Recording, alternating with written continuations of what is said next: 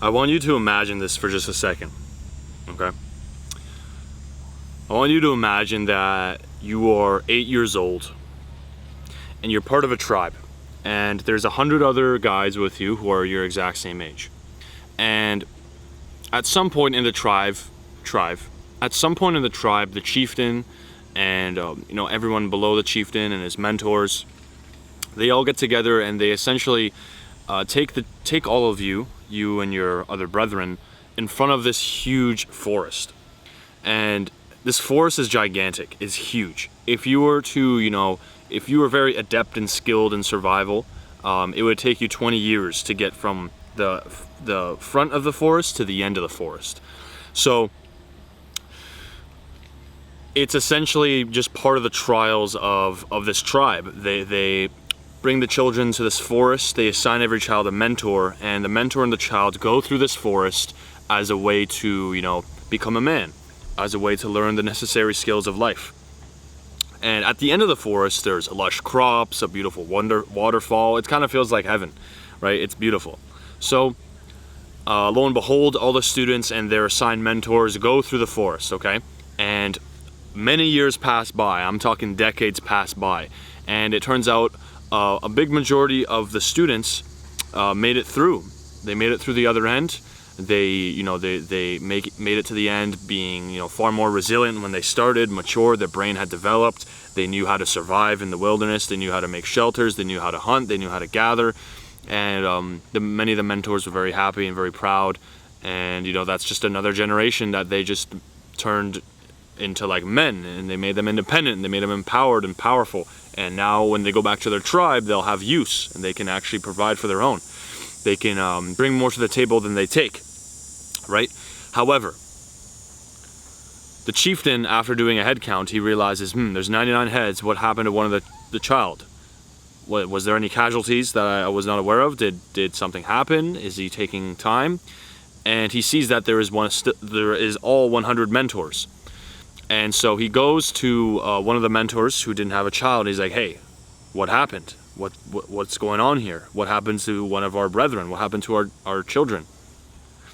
And the mentor kind of just looks at him with dead eyes, takes a deep breath. He's like, he's disappointed. You can see that there's grief within him.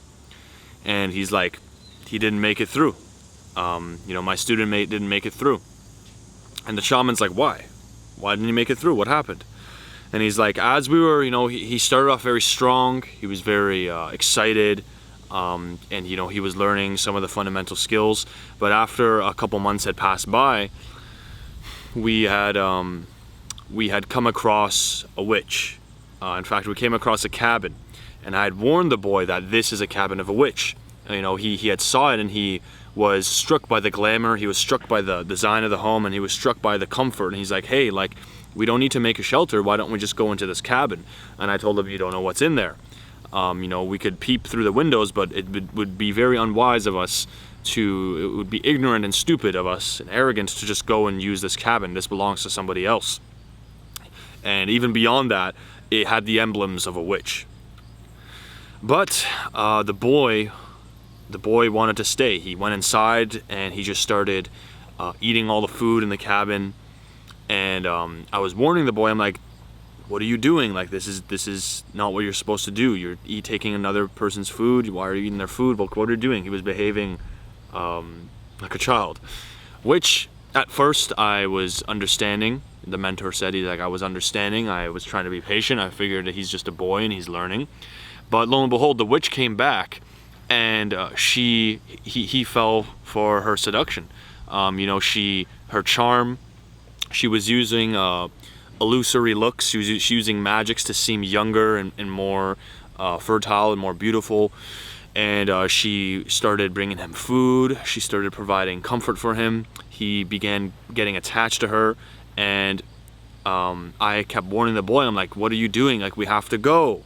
I decided to go set up a camp nearby, as I didn't want to, he didn't want to be by the witch, the mentor. And so he camped outside of the witch's home, and he kept going back and trying to nag the boy, like, what are you doing? Like, what are you doing? We have to go. Let's get out of here. And I tried to use force, but the boy was yelling. The boy was getting angry. He's like, "You're a fool. You're a fool. Why do we need to go? Everything I need is here. All this survival stuff, trying to hunt, trying to understand the food, trying to survive, trying to protect myself, making shelter. I don't need any of that stuff. She'll do it for me. I have the witch. She'll take care of me. She makes me feel safe. She's like the mother I never had." Right? Right? So the boy gets attached, and he curses out his mentor, and he tells his mentor to basically fuck off. And the mentor's like, "Damn, I tried to negotiate with the child. He didn't listen. I tried to take him by brute force, and he threatened me. And the witch has now got her hooks into him."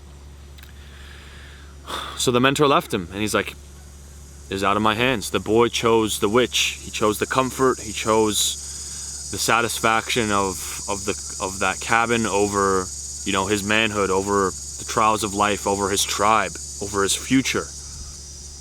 And so he had tears in his eyes, the mentor. He was really saddened because he believed in this boy, and he wanted to help him, and he saw him as his own. They're all such a close tribe. They all see each other as brothers and sisters. And so the chieftain nodded. And he then asked the mentor. He's like, "How long ago was this?" He's like, "I don't know. By now, years have gone by." And the chieftain was like, "Do you think the boy perhaps rose out of it? Do you think he found the light? Do you think he's still in the forest, trying to come to where we're at?" He's like, "I don't know." He's like, "I literally have no idea at this point. Like, I would hope so, but my gut is telling me he's still there at that cabin." So the chieftain orchestrates a scout to go and look for the boy, to go get a status report. And he's like, "Go and see what's going on."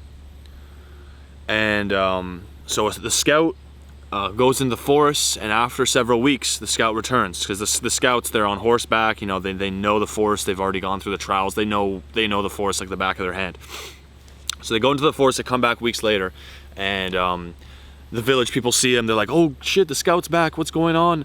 And the scout returns, and he marches right up to the chieftain's hut, and he's got a sad facial expression on him, and he's like, "Hey guys, like, I hate to be the bearer of bad news, but the boy didn't make it." And by now the boy is no longer a boy. He's like 20 something, right? But he keeps saying the boy didn't make it.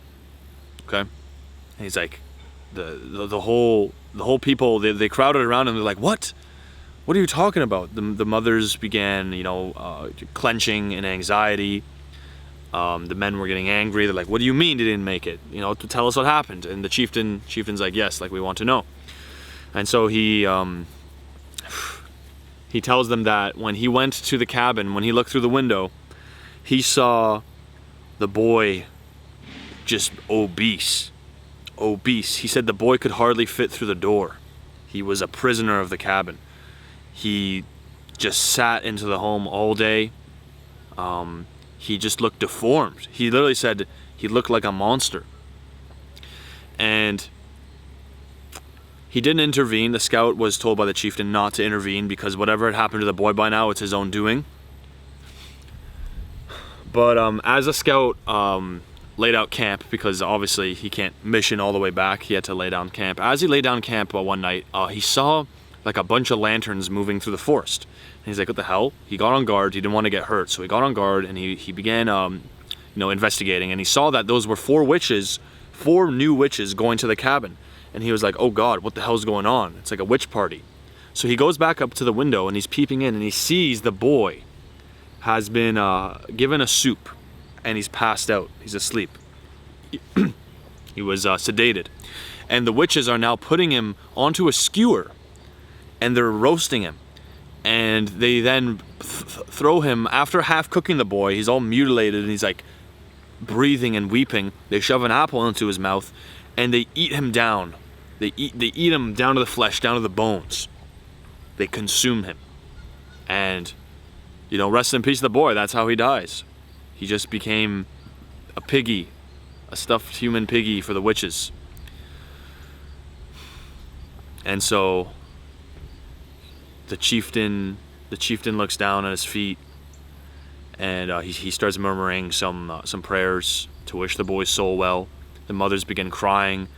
The hunters get up and they wield their swords, and they're like, let's go kill the witch. This is insane. Let's go find the witch. Let's kill her. And they're all enraged. And the chieftain's like, calm. Like, everybody. He literally like yells in his husky voice, and it like shakes everyone to their bone. He's like, calm down. Stop. Let this be a lesson.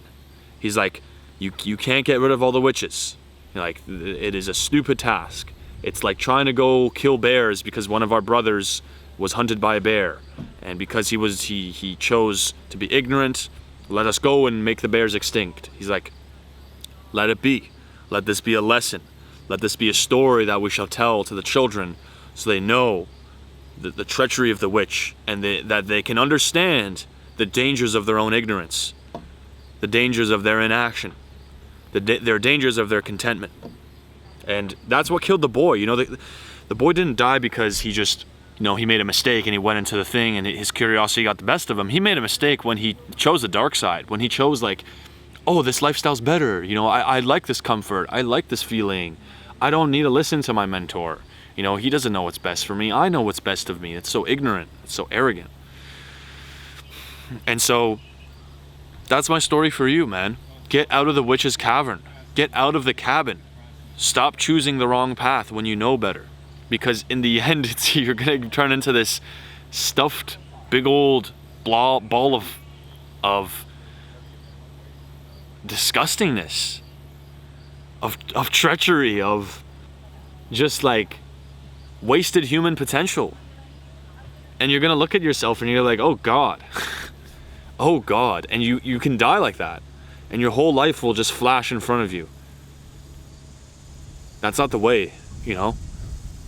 So you must leave the cabin and head into the forest. And it's so uncomfortable, right? Because the cabin's safe and guarded, and the witch, or in this case porn, is taking care of all those comfortable needs. It's giving you dopamine, serotonin, endorphins. It's making you feel great. It's making you feel worthy. It's making you feel satisfied. It's taking care of your sexual needs. You can just order Uber Eats all day and just get all this fast food and quick food. You can just sit at home and play League of Legends and just feel accomplished and feel like you've achieved something through video games. But where does that leave you? Where is it taking you? Nowhere. It's just keeping you on your ass in your room. It's just keeping you where you're at. In fact, I wish it was keeping you where you're at. It's degrading you. It's slowing you down. It's taking your time away from other things like, I don't know, maybe come outside and go for a walk. Maybe get some fresh air. Maybe talk to some people. Maybe work on your social skills. Maybe take a fucking video course and teach yourself a skill and learn how to market yourself. Maybe freelance. Maybe take a risk and start your own business. You know, I'd rather you do those things and fail hard at them. So at least you're learning something. At least you're getting your foot through the door.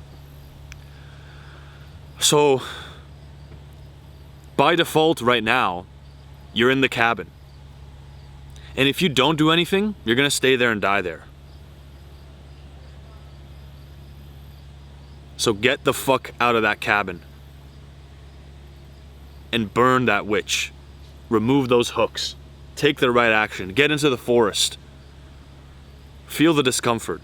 Learn the ways by making mistakes. Trust the process. Be patient, and at the end, the water fountains, the waterfalls, the crops, your brethren, they'll all be there waiting for you.